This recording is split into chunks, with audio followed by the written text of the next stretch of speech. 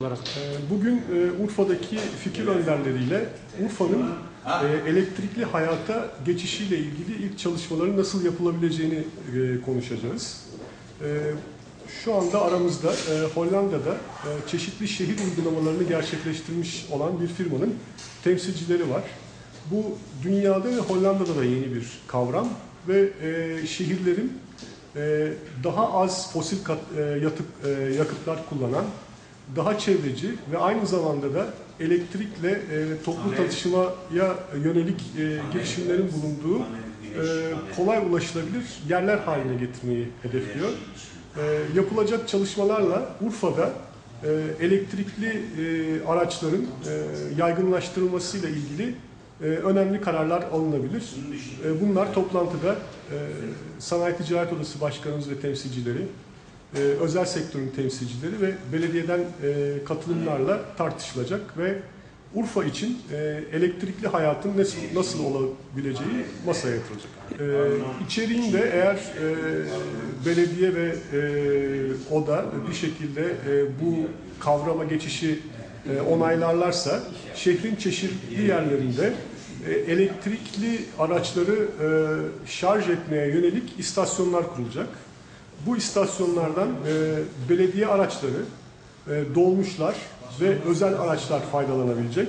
Böylece normal bir aracın, elektrikli aracın 100 kilometre kadar olan menzili şehir içi şarj istasyonlarıyla 200-300 kilometreye kadar çıkarılabilecek. Böylece fosil yakıtlara yani benzine ve mazota ya da LPG'ye karşı çok önemli bir alternatif yaratılmış olacak.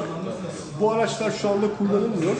Çünkü kullanılmamasının sebebi ulaşabildikleri uzaklıkların altyapı olmamasından dolayı kısa olması. 100 kilometre menzili olan araçları kullanmak çok herkesin hoşuna giden bir şey değil. Ama şehir içinde kurulacak bu sistemle 100 kilometreyi 300-400 kilometreye çıkarmak gün içinde mümkün olacak. Kavrama sahip değiliz.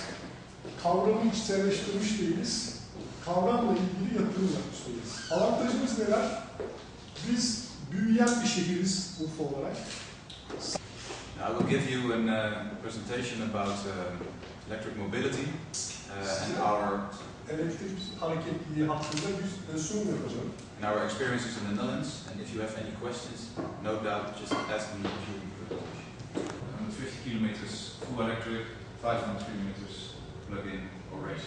Sadece elektrikli araçlar için 150 kilometre civarı bir menzil söz konusu ama elektrikli hibrit araçlar için 500 kilometreye kadar çıkanlar var.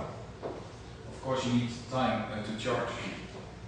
Bir kritik problem noktası şarj etmek için geçen süre çözülmeye çalışılan konulardan biri bu.